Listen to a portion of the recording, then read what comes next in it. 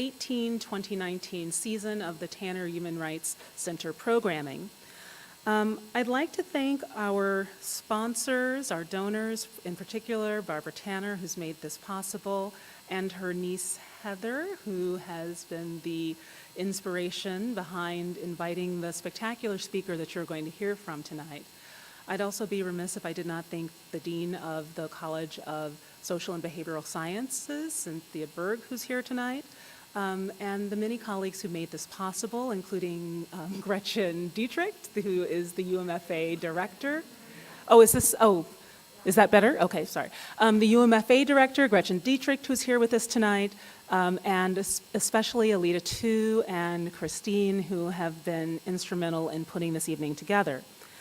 So tonight we welcome Anne Burroughs, and her remarks will invite us to remember and reaffirm our collective commitment to human rights and our understanding that we have a responsibility to all members of the human family.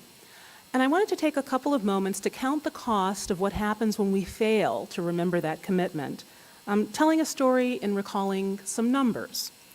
So in 1985, a panel appointed by the apartheid-era president P.W. Botha, investigating past laws, estimated that over 200,000 to 300,000 Black South Africans were arrested for violating past laws, which were essentially laws restricting mobility and movement, who could be where and when. Over the course of the 70 years that law was in practice, an estimated 23 million Blacks were required to carry passes. In 1942, Executive Order 9066 affected the lives of almost 120,000 people in the United States, people of Japanese ancestry and Japanese descent, the majority of whom were American citizens and interned by the US government during World War II. Canada also followed suit, relocating over 21,000 of its Japanese residents from the West Coast. Mexico also enacted a version of exclusion and restriction, and over 2,000 Japanese people were removed from Peru, Brazil, Chile, and Argentina, relocated to the United States to internment camps. More recently, in 2018, an estimated 1 million Uyghur Chinese, these are people of Muslim heritage, who adhere to the Muslim faith in China, are now being relocated to re-education camps, according to the United Nations numbers and some US estimates. And then we believe that 2,342 children were separated from their parents at the US southern border, also in this year. 7 are the number of countries that we have banned people from entering this country. So we're subject to a travel ban that reaches millions of people. So in counting these costs, what we fail to realize is the countries that are engaged in this kind of exclusion, separation, imprisonment, internment are ones that have made commitments. We had committed after World War II to the Universal Declaration of Human Rights, recognizing that by respect of our common humanity, we are owed certain things. And one of those things, interestingly enough, is the right to freedom of movement, to leave any country, to be able to return, to belong, and also to seek and enjoy asylum from persecution in other countries. What we are seeing now is, I think, some measure what we have forgotten. So as these numbers show, many nations are engaged in conduct that's contrary to our commitments. It's time now to remember them, and Anne will help us do that. Throughout all of this, the arts has remained there to remind us of our common humanity. If you haven't had time already to go through the exhibit, it features the work of an individual who was a political prisoner, as was Anne Burroughs. So Anne Burroughs is joining us today from the Japanese American National Museum. For over 25 years, she has worked with leaders, organizations, and networks in the United States and abroad to promote social justice and human rights. Prior to joining JAMNA, she was the senior consultant at Social Sector Partners, an organization that focuses on supporting social sector organizations through strategic adaptation and repositioning. She has previously served as the executive director of the Taproot Foundation and as the executive director of LA Works. She has worked as a consultant for the Omnidaire Network the Rockefeller Foundation, and the government of South Africa, of which she remains a citizen.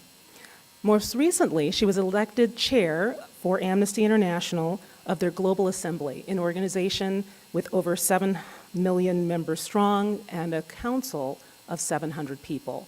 It is my hope that those 700 people, those 7 million people, those of us in this room, will do all that we can to ensure that never again does not happen again and again. So please join me in welcoming Anne.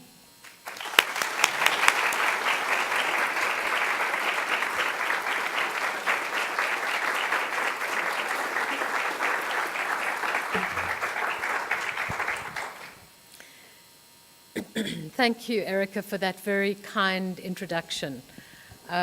Please put your hand up if you can't hear me. I have a loud voice, but I sometimes forget to modulate, so please let me know.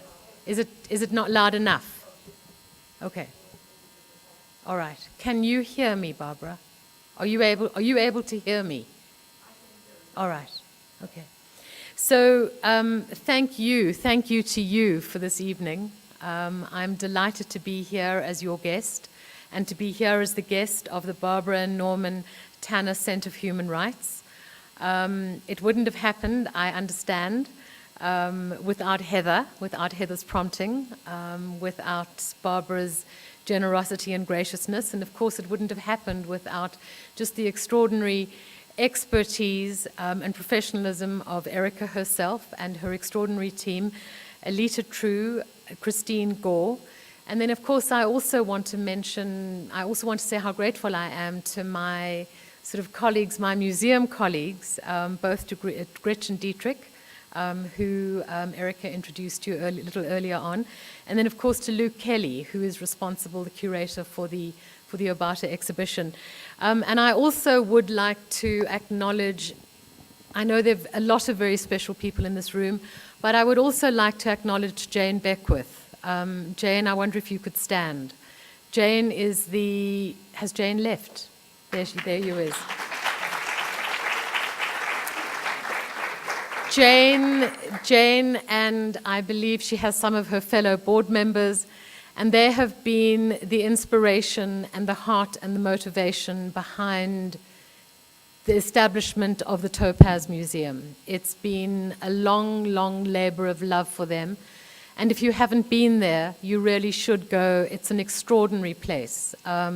It's a place that's very close to the Topaz internment camp, and like so many of those other camps around the country, it is hallowed ground, and you get that sense, you get that feeling when you walk through those doors. So I'm very grateful to have you here, my colleagues. Thank you. Thank you for being here.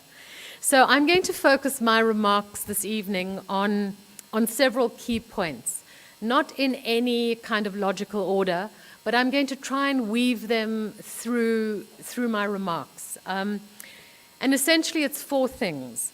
The one is looking at and sort of trying to come to grips, really, and I think it's almost impossible for me, not as an American, to come to grips with the moment that we find, the pivotal moment that we find ourselves in this country. I also want to talk about the perils of ignoring the lessons of history. I also want to talk about the risks of when we remain silent in the face of the systematic rollback of human rights that we're seeing in this country. And then I also want to share with you a little bit about my own journey that's led me to being here, and that's led me to having the extraordinary privilege of being the president and CEO of the Japanese American National Museum in Los Angeles.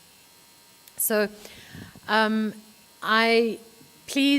always very careful about appropriating other people's history and speaking for other people, but when I talk to you about Japanese American history, please understand that I'm doing so as the head of an institution that was founded in order to preserve that history and to ensure that what happened to Japanese Americans never happens again. So if I transgress that line, I ask your forgiveness in advance. But I thought that I would start with what this year is. 30 years ago, on August the 10th, President Ronald Reagan signed the Civil Liberties Act of 1988. This year marks the 30th anniversary of a time when the President of the United States had the courage to name the incarceration of 120,000 people of Japanese ancestry for the injustice that it was. He had the courage to reaffirm the principles on which this great country was founded, not just simply in order to reaffirm them, but in order to be the groundwork for an apology for the great wrong that it had wrought on its own citizens. When he signed the Civil Liberties Act, he said, "For here we admit a great wrong. Here we reaffirm our commitment as a nation to equal justice under the law." The Civil Liberties Act was as much about redress, as much about financial compensation as it was about righting that great wrong and restoring honor to an entire community. And before I go much further, I just want to cast ourselves back and look at the eye of history and understand where we are now.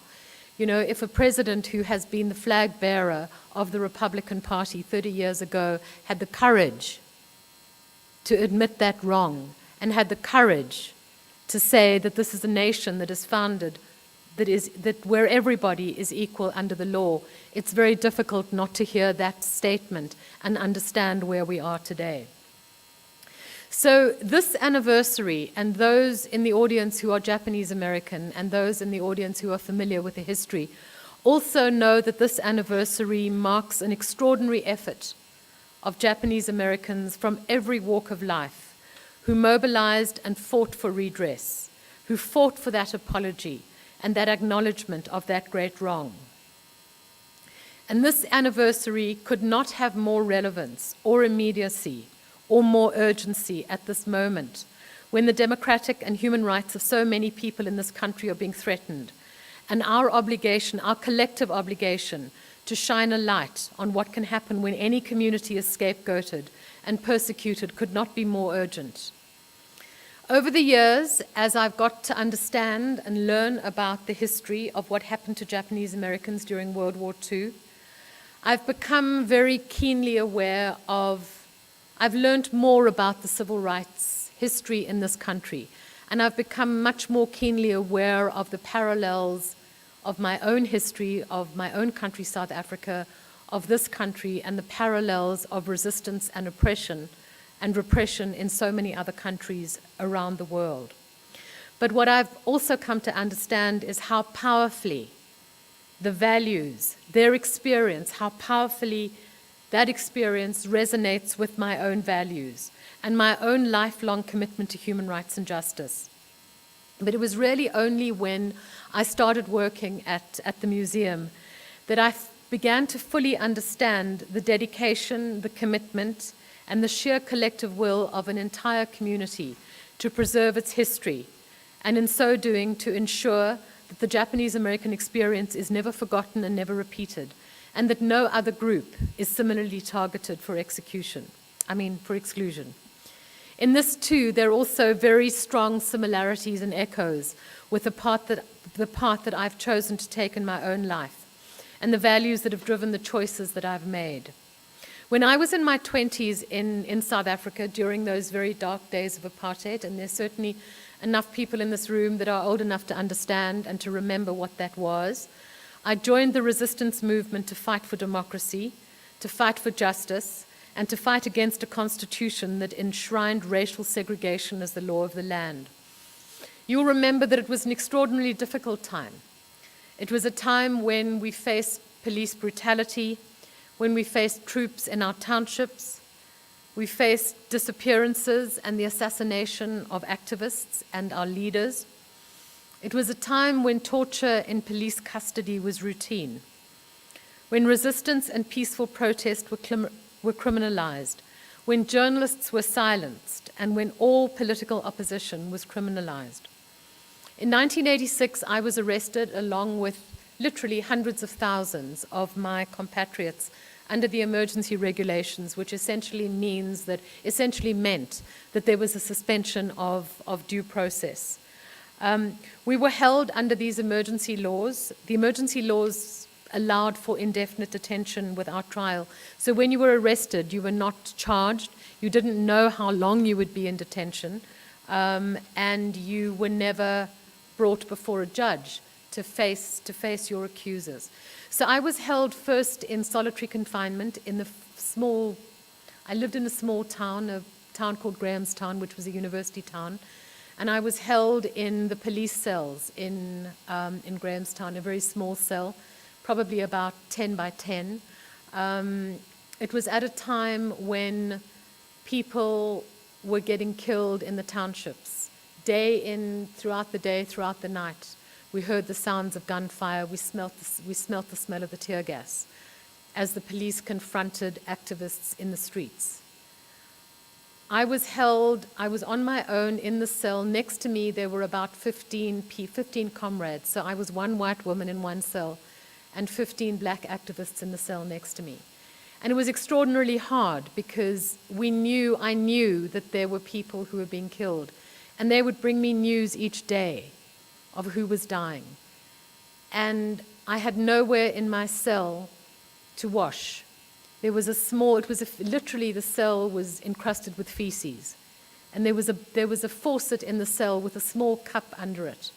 And that was the only access that I had to water. And the only place that I could shower was in the mortuary. So once a week, I was taken from my solitary confinement cell to go and shower in the mortuary, and I could only do it once a week because I had to wait for them to clear the bodies. And the difficult thing was that I knew, and I only found out afterwards, how many of my comrades had lain on those slabs. And from there, I was moved, fortunately, to a larger cell in a prison. It was the same prison where Steve Biko had been kept. And the other good thing about moving to the large cell is that I was no longer on my own, and I was also no longer interrogated on a daily basis, which certainly improved my life immensely.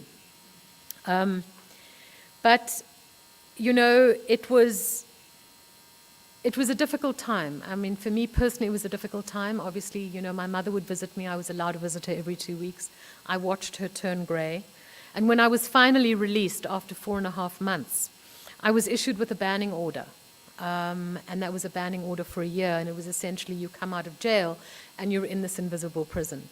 But I also know that I would not have been released when I was if I hadn't been adopted by Amnesty International as a prisoner of conscience. Because at that time, the security police were trying to bring treason charges against me. They failed, but had they succeeded, and they would have succeeded if it hadn't been for the work of Amnesty International, my life would have been very different because the consequences were dire. I would have faced at the minimum a 10-year sentence, and if I'd been black, if I'd been an African, I would have faced execution. So the consequences were incredible, the stakes were incredible. But after my release, it was a couple of years before Nelson Mandela was finally released. And it was still, you know, a year after that where he was able to lead a new government and to ensure that South Africa was free. And then again, on a personal level, it was also a few more years that I had to wait before I was allowed to marry my fiancé, who eventually became my husband because he was not white. And we had to wait for the Mixed Marriages Act, which was one of the pillars of apartheid, to be abolished before we were allowed to marry. And now I find myself at the Japanese American National Museum at a time of, certainly in the years that I've lived here, the 28 years that I've lived in this country, a time of incredible divisiveness and uncertainty. And I don't need to tell you all that how extraordinarily depressing and almost at times hopeless it feels, especially when we know that there are so many hard-won civil rights protections that are under threat, when the judiciary is being shaped on a daily basis.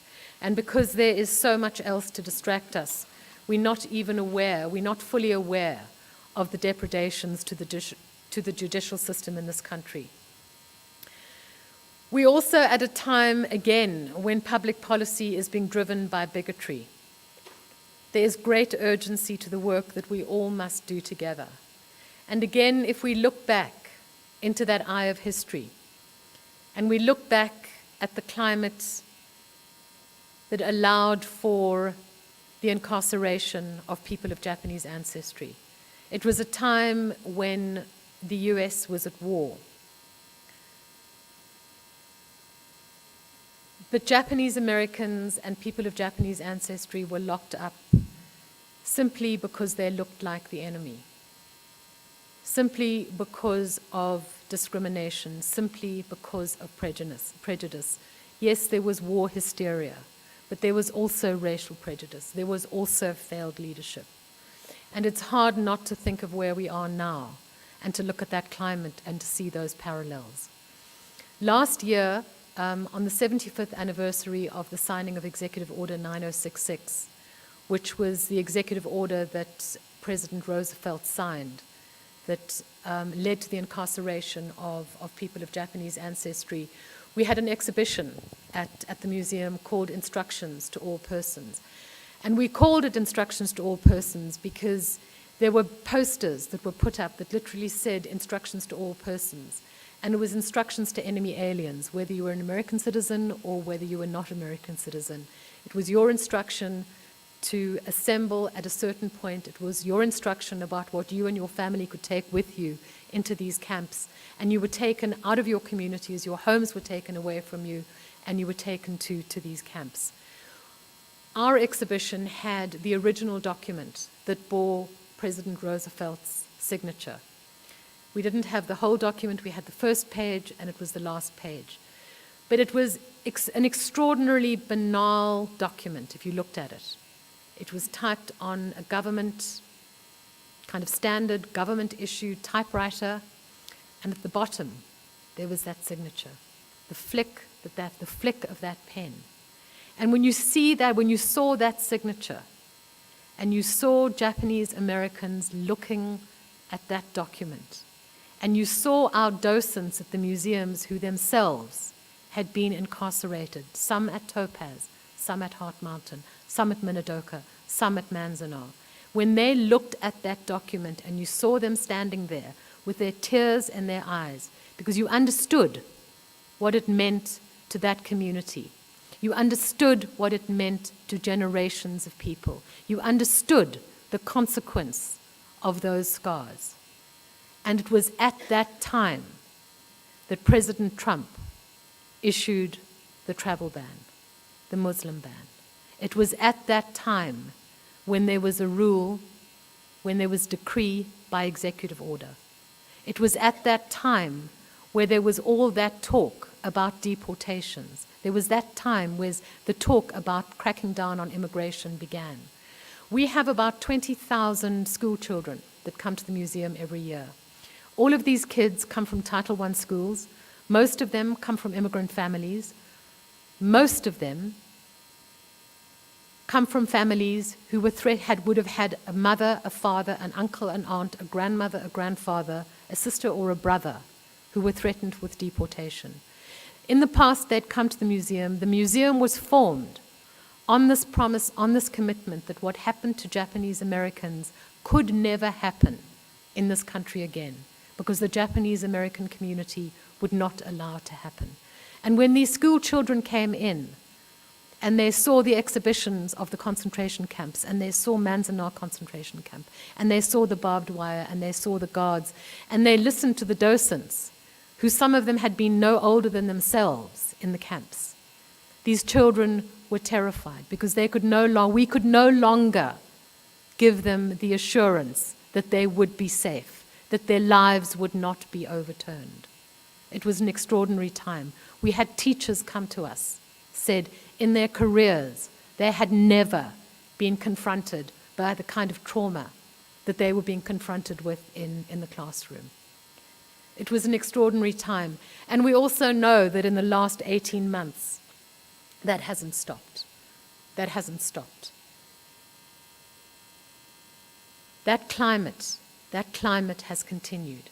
That's why I felt it was so important to give my remarks tonight the title of Never Again is Now. Because that same climate that allowed Japanese Americans to be rounded up. It was that climate where most of America was silent, stood silent, and cheered. Most of America cheered. There were very few people, apart from the American Friends and the ACLU, one ACLU chapter, and that was in San Francisco, that stood with Japanese Americans. Things are different now. Things are different. The climate is different.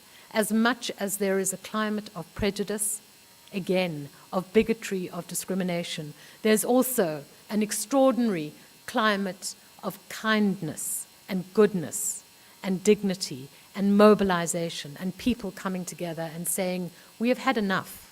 We've had enough, and we're not going to allow the rollbacks to happen. And I think that we can all agree that it's a simple truth that language creates the reality that it describes. And as I was writing my remarks this evening, I also thought of that quote from Arthur Schlesinger Jr., who said that history is to the nation as memory is to the individual. So we have to understand that history. We have to be able to look back into that eye of history. We have to take the lessons of history. We have to take the lessons with courage. We have to take those lessons to be able to inform our present and to shape what our future looks like. We can't allow what happened 75 years ago and at other points in this country's history to happen again. We can't ever allow for rhetoric to make division and to make divisiveness normal again. We can't ever allow rhetoric to make exclusion again. Because when that happens, too many people accept and too many people become submissive. And too often then history is repeated. So, and at the risk of repeating myself, we're once again witnessing that corrosive power of prejudice, the return of explicit racism to public discourse. It was gone for a while. It was gone. It's not a new thing. It hadn't been gone for 75 years, but it had certainly been gone from public discourse. There's been so much antagonism towards this concept of political correctness. And I was just talking with Alita earlier on in the car. And for me, it's not about political correctness. People can decry political correctness all they want to. It's about basic kindness. And it's about the way you treat people. And it's about courtesy. And it's about dignity. It's not about being politically correct. And it's not about the tyranny of a particular way of speaking and a particular way of being. And it's that self-same bigotry that we're seeing now that fueled the Sand Creek Massacre, the Georgetown slave sale, Jim Crow, the lynchings across the South. It's the same kind of bigotry and prejudice that's driving the mass incarceration of people of color, and it just doesn't seem to end. It just doesn't seem to end. We've seen in the last 18 months, when I look back over the 28 years that I've been here and I sort of think about my amnesty, my career in amnesty, and, you see it happening in other countries. You see how rights are systematically stripped away, and we're beginning to see that here. We're beginning to see where those constitutionally guaranteed rights, they're rights because you're American citizens, where those are being taken away or those are being chipped away, as if they were privileges that could be bestowed and withheld. They're not privileges, they're rights. We've seen how easily and how insidiously white supremacy has crept out of the shadows again and onto our streets and into our public discourse. And we've seen how that has begun to shape public policy. We know that leaders will change. They always do. And we know that the wrongs will be righted. But what I fear the most is the climate in which the language of prejudice becomes policy, in which the truth is perverted, in which racial hatred makes violence permissible. And it's at the policy level where that climate becomes pernicious And we can rule that off. There's so many of those policies that we've seen. The criminalization and the vilification of immigrants, the stripping of the rights of asylum seekers that Erica referred to earlier on, the separation of children from their families simply because their parents are exercising their right to seek asylum, the closing of our borders to refugees at a time where we're seeing refugee flows in the world at a level that we have not seen probably for decades. The unconscionable limbo that dreamers find themselves in, the travel bans, the exclusion, the scapegoating of people based on race, religion, sexual orientation, and ability. And then just today, I saw something in the paper about the administration's widespread crackdown on citizenship on the border, where they're accusing hundreds and possibly thousands of Hispanics of using fraudulent birth certificates, many of whom, they're Americans. Most of them are American citizens. They're baseless accusations, and they're going to be used to deny passports, to strip them of citizenship, to render people stateless. They were exactly the same tactics that were used against Japanese Americans. And they're exactly the same tactics that are used by authoritarian regimes the world over, those regimes that discriminate against their own people, especially religious and ethnic minorities. And there really is no place, there should be no place for that in this great country. Despite the June 29 ruling that required the unification of families, we know that there's still over 500 children that have not been reunited with their parents. We know that there were hundreds of parents who were deported without their children, with no plan for reuniting them. We find ourselves in a system that now punishes the most vulnerable, that punishes people who seek safety for themselves and their family. If nothing else, history teaches us that any freedom is fragile. And those freedoms are never more at risk than when we fail to confront injustice. 75 years ago, very few Americans stood with Japanese Americans. I'll never forget Archbishop Tutu always used to say to us, I worked at the South African Council of Churches, so I had the honor of being able to work with him. And he said, if you're neutral in the face of injustice, you choose to side with the oppressor. So we can choose to remain silent in the face of the administration's cruel and inhuman policy that separates children from their parents. We can choose to remain silent as the administration constructs prison camps across the country to imprison these children. We can choose to remain silent in the face of a history that recalls the parallels with Native American children who were ripped from their parents and sent to government or church-run boarding schools. But if we choose to remain silent, what does that say about ourselves?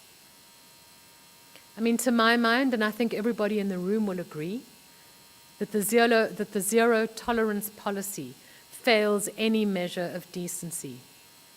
I cannot stand by, the Japanese American Museum cannot stand by, Amnesty International cannot stand by. I don't think that there's any of us that can stand by silently in the face of what history will surely judge as a crime against humanity. When I look back at my own history, I am extraordinarily proud that I flew the flag of revolution. I was much, much younger. I had a lot more energy. But I was extraordinarily proud that I was able to be part of a movement that saw the liberation of my country, that brought the promise of justice and democracy and the end of one of the most oppressive regimes of the 20th century. I can't speak for the Japanese American community, but I would like to quote from one of its leaders, Alan Nishio, who speaks about the same kind of pride that he and the Japanese American community felt as they gathered and mobilized together to ensure that there was the Civil Liberties Act, to ensure that there was redress. And he said, The incarceration became something that we could talk about. Because remember, many people who were incarcerated, parents, grandparents, first generation, second generation, didn't talk about it. There was silence about it. And he said, it's something that we can talk about. And it became very important because the feelings of shame and embarrassment turned into feelings of righteous indignation and anger, and turned to a fighting spirit that understood that what happened to us was wrong, and we needed to make the effort to make it right. That was our community coming together. And in South Africa, many of you will remember that we had our own Truth and Reconciliation Commission that was not very different. In some ways it was very similar, in other ways it was different. We never had redress, but we were all of us, whether you were black, whether you were white, we were all less whole because of apartheid. Black people had suffered oppression for generations, for hundreds of years, while most white people became less compassionate and less humane, and therefore, I believe, less human. We didn't have redress, but there certainly was a coming to terms with truth and forgiveness that allowed an entire country to come to terms with our history, with our past. It enabled us to recover our humanity and to imagine what a new beginning for us could look like.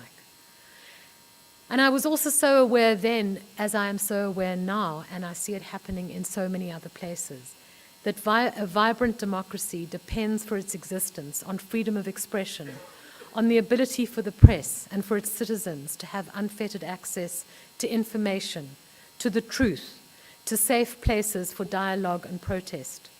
We see the world over that democracies die and dictatorships flourish when leaders mobilize against voices in the media, when they mobilize against their citizens that criticize them.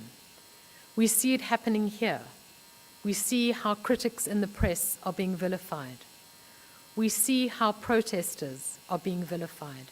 And we see how great swathes of people have been mobilized to see the press, the media, as the enemy. We also know that democracy dies when truth is distorted, when lies shroud the facts and people cease to engage honestly and critically, and when people cease to hold leaders and policies to account. To my mind, truth is what matters the most. And along with optimism and hope, it's the greatest weapon of any democracy. Without these, we cease to question. We cease to raise our voices, and we fall silent in the face of injustice, and we become tolerant of the silencing of protest and dissent. We're seeing massive protest around the country. We're seeing a massive reclaiming, an exciting reclaiming of that public space. There is that great hope. There is that great optimism. There's a vibrancy. The youth are mobilizing in ways that they haven't for a very, very long time. People are coming out to vote. Whether they're Republicans or whether they're Democrats, they're coming out to vote. They're engaging again in that civic space. They are looking for that common ground. They are looking for those common values that unite all of us. But there's an enormous amount of work that we still have to do. And I believe it's work that we will all do together. I'd like to leave you, I'm coming to the end of my remarks, but I would like to leave you with a final word. And it's a quote from one of my most favorite poems and one of the poems that has had an enormous impact in my life. And it's from Maya Angelou's poem on the Pulse of Morning, which she recited at President Clinton's inauguration. And the words that I'm going to quote to you are also on a plaque at the Topaz Museum. And when I visited the Topaz Museum, it held such extraordinary meaning for me because we traveled up from Los Angeles. We were on our way to the pilgrimage at Heart Mountain, and we had a bus full of mainly seniors and many Japanese Americans who themselves had been in camp. And this is what it said. She said, history, despite its wrenching pain, cannot be unlived. But if faced with courage, need not be lived again. Thank you.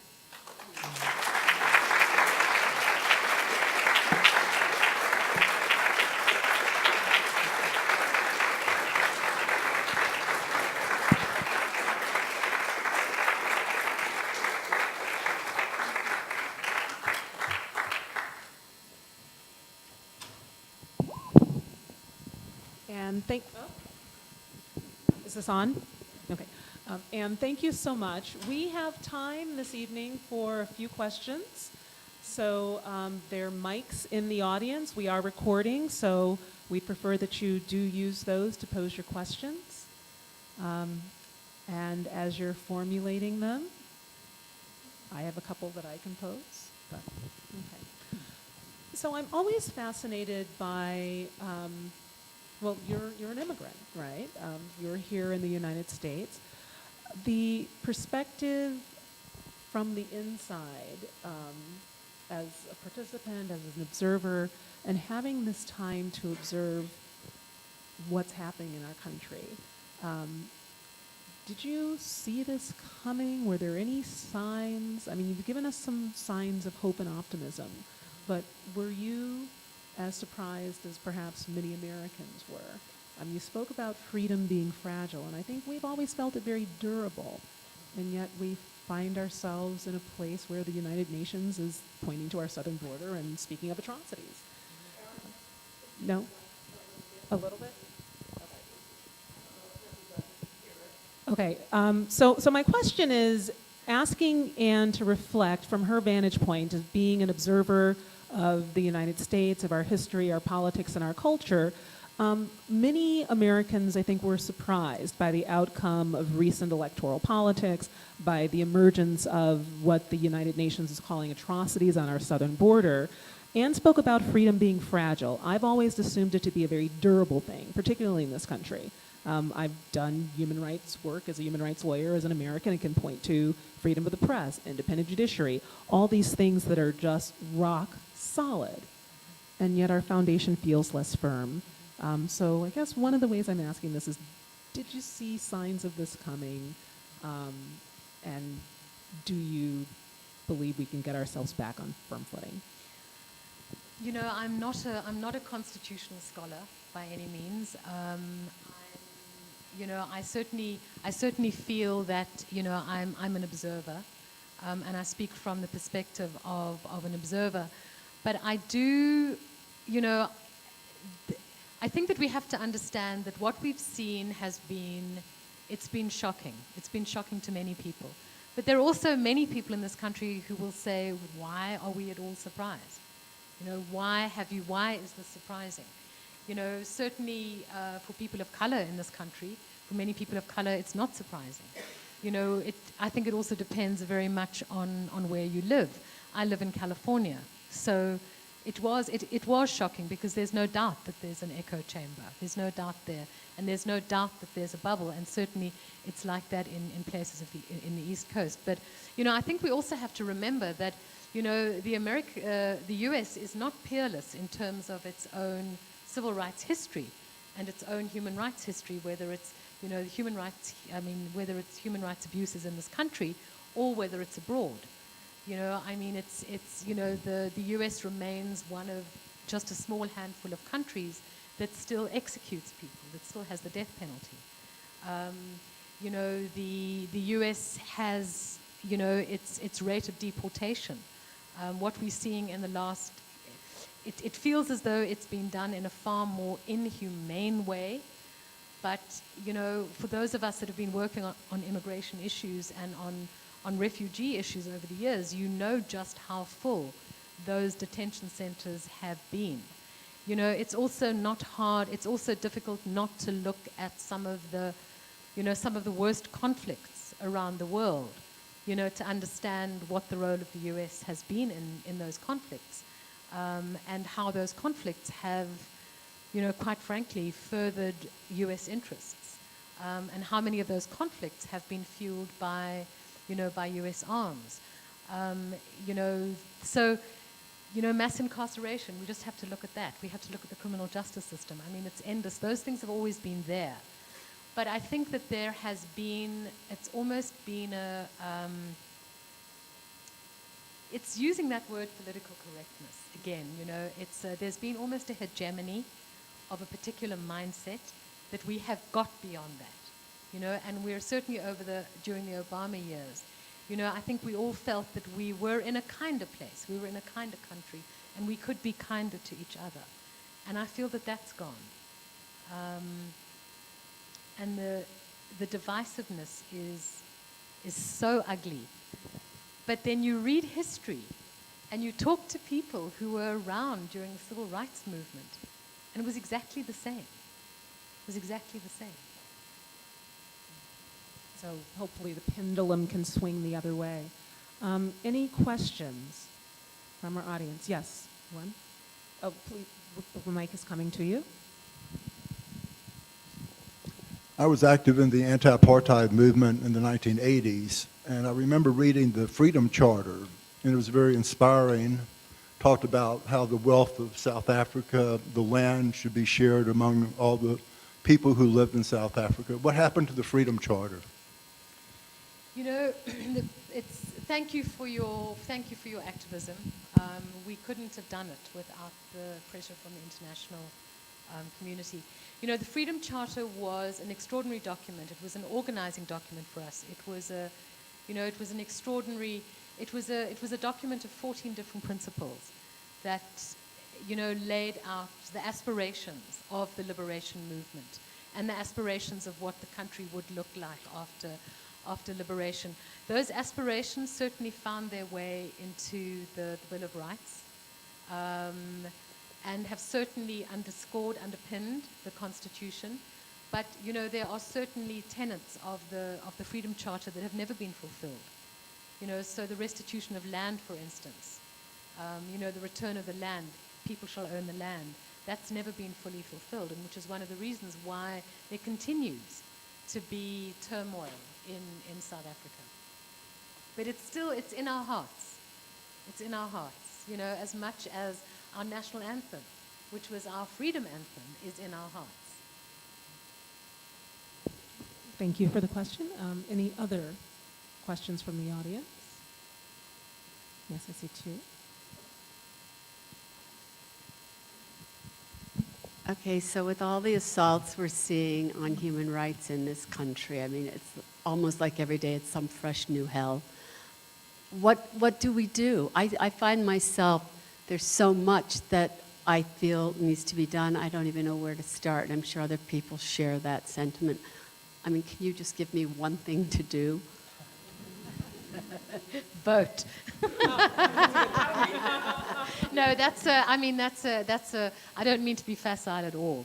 But, there are many people who feel paralyzed, there's no question. And, even voting it's a sort of sense of, well, what is the point? But it has enormous value.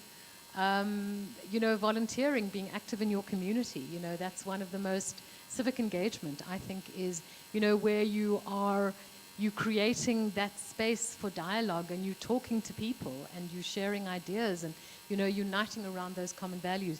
You don't have to be out there, protesting in the streets. Some people want to do that. That's not for everybody. I did that when I was young, and I certainly will go and join a protest now. But it's not my first thought, and not the first thing that I would do.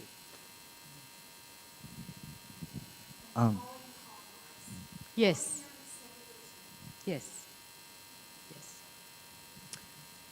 I just have a question. So as far as confronting people and starting to try and change the dialogue and opening a dialogue with someone, how would you recommend talking to people who are very clearly against the ideas of equality and fairness and justice, and how would you sort of not influence, but more just try and convince them of that what they're doing is really harmful to human beings? It's a hard space to navigate, and I'm wondering if you have any tips from experience on how to open a dialogue and then help change people's hearts and minds. I think it's very difficult. I think it's very difficult when it's so intractable that people are not open to change. But, maybe it's the Pollyanna in me. Maybe it's the belief that there is always common ground. There are always values that we share, regardless of what political differences may be. And, certainly from, my own work in South Africa, it felt insurmountable. It felt insurmountable. My own godfather was sort of essentially, a high-ranking member of what was the equivalent of, one of the white supremacist organizations that you would see here in the US, and he didn't speak to me for 25 years, and I was never able to change his mind. I never, until the day he died, I was never able to change his mind. But I think it's finding, there has been such a long tradition in this country of dialogue, of people coming together and of people being able to build consensus around issues, and it may well be that you don't persuade them to think exactly the way that you do about an issue, but certainly if you can get them to think differently about an issue, I think that in itself is a huge victory. Thank you.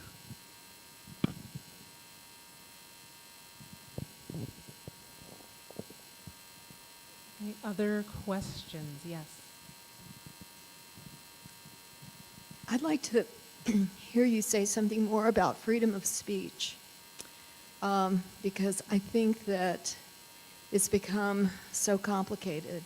Does freedom of speech mean that we provide platforms for people who speak hate?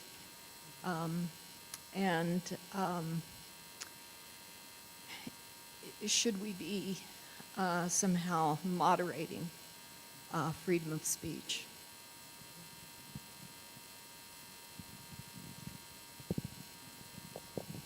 It's such a difficult question. It's such a difficult question. Everyone has the right. Everyone must have the right to freedom of speech. Democracies can't thrive without that. Certainly for Amnesty International, you'll remember the issues around Charlie Hebdo. Those cartoons were hateful. But, our position was that they still had the right to be able to, it was their right. What do you do? If the white supremacists not marching with torches, they have the right to wear that insignia. But it's when that, to my mind, the distinction is when the hate speech makes violence permissible. And it's a fine line. I think it's a fine line because hate speech is never responsible, and it's never delivered from any kind of point of compassion or understanding. It's completely inimical with that. So it's when that crosses the line, and when it crosses the line, when it is,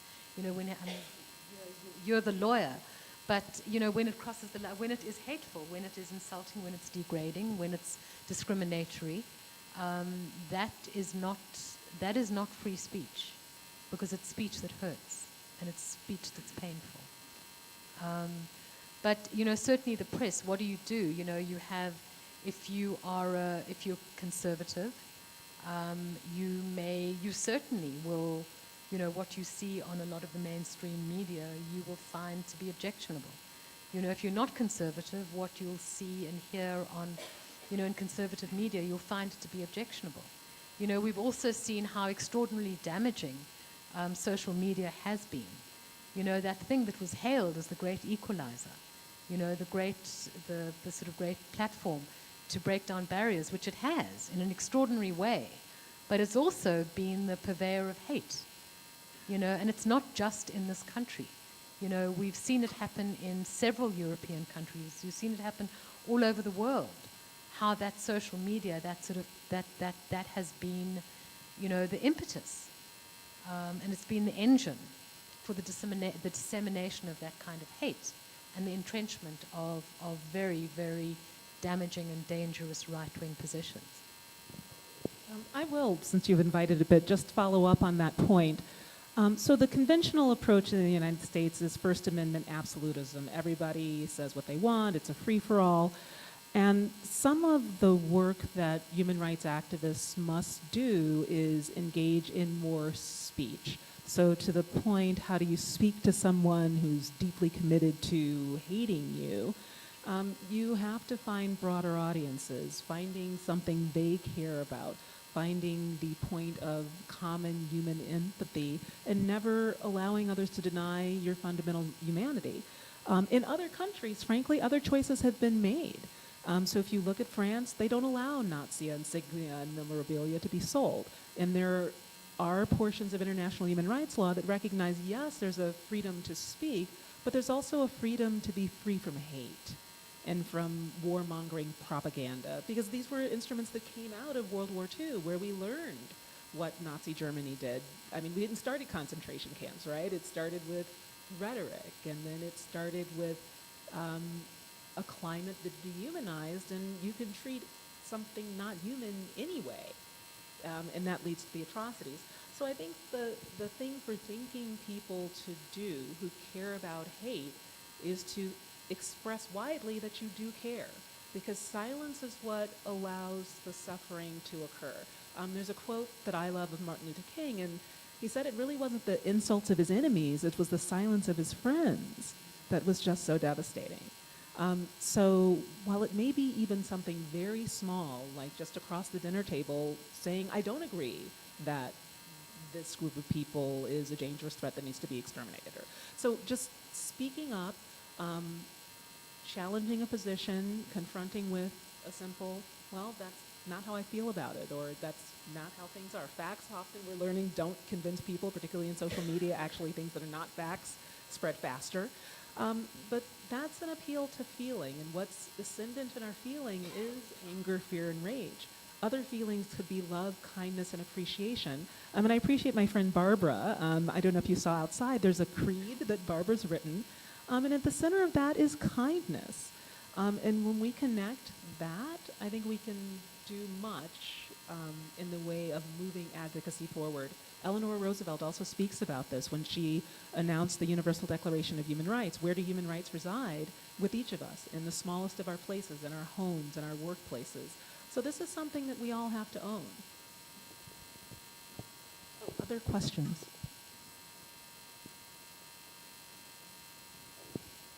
Or observations or comments? Yes.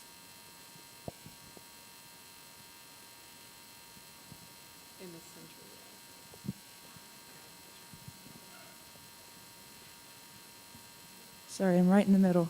This is in slightly a different vein, but I'm really interested in how acknowledging our history can help us kind of confront the situations we find ourselves in today. And so I was wondering, I wanted to ask a little bit more about how your activism either coincides with or helped lead you to your work with the museum, and how that's kind of impacted your life. So I think that's a good question for the trustees who hired me. You know, I started the museum as an interim president and CEO, and I'd been there for about 9 months, and the trustees asked me to stay on in a permanent role. And you know, their telling of it is that it was my experience and the journey that I'd taken in my life. And certainly for me, it is that experience. It is that experience. It is those shared, you know, the shared history in some respects, but it's also the shared values that resonated so unbelievably powerfully for me. And it was also at a time, you know, I joined at a time, was in the run-up to the last elections. So, you know, the voice of the museum became so much more important and so much more urgent. You know, it was at the time where surrogates for the Trump campaign were talking about the Japanese-American incarceration as a precedent for what to do with Muslim Americans and the Muslim question. So, it sort of felt to me that, I could play I could be at an extraordinary place, at a very important moment in this country. And I don't know that I would have had the courage to take it on if I hadn't had that background of activism. And if I myself hadn't been in, situations where I'd experienced some of that abuse. I think we have time for just one final question.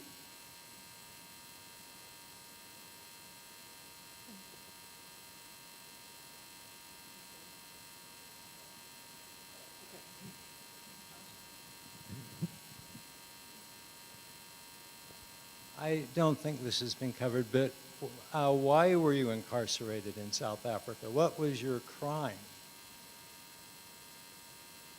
There was no crime. I had been, the crime was that I was part of the liberation movement, and that I was an activist.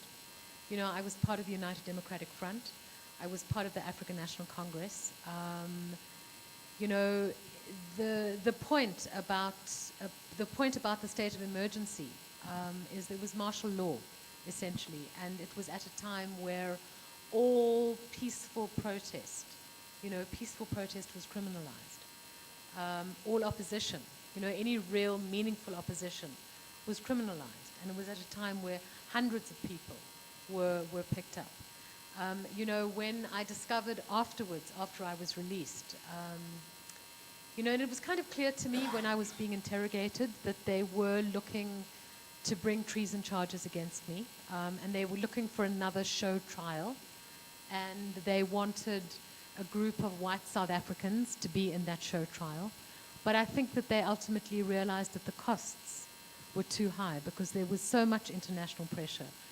And there had been a court case for my release, which was essentially challenging the emergency regulations, the martial law regulations, the suspension of due process. It wasn't successful, but there was an enormous amount of attention brought to what was going on because of that. But I didn't, my crime was that I was opposing apartheid.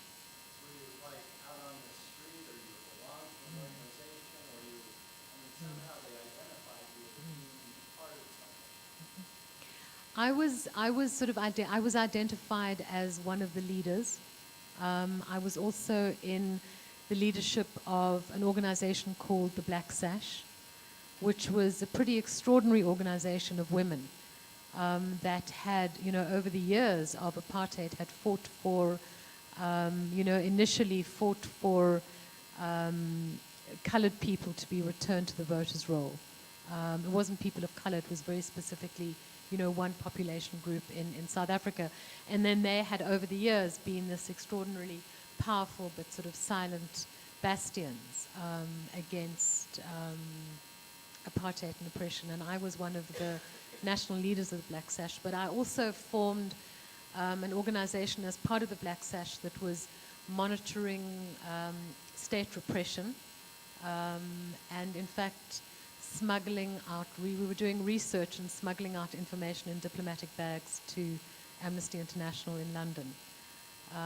And then I was also part of another organization that was setting up sort of paralegal clinics for people in rural communities that didn't have access to lawyers, and it was essentially to train them in what their rights were and what their administrative rights were.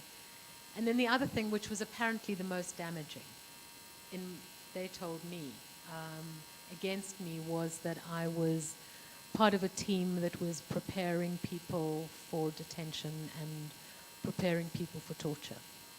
So how do you cope in detention? How do you cope when you are tortured, and how do you cope when you crack under torture, and how do you cope with that incredible pain and guilt of cracking under torture? So that was apparently the biggest crime.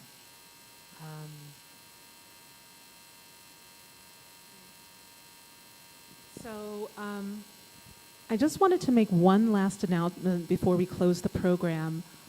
On Wednesday, September 12th, we are having another event as the Tanner Center, but also the Topaz Museum and Osher Go Learn are having a day out at the Topaz Museum in Delta, Utah, that'll include a docent-led tour of the museum. So if you can't make it to LA immediately and you are interested in learning more about this history, please do join our colleagues at the Topaz Museum. And please join me in thanking our guest. Anne, thank you so much.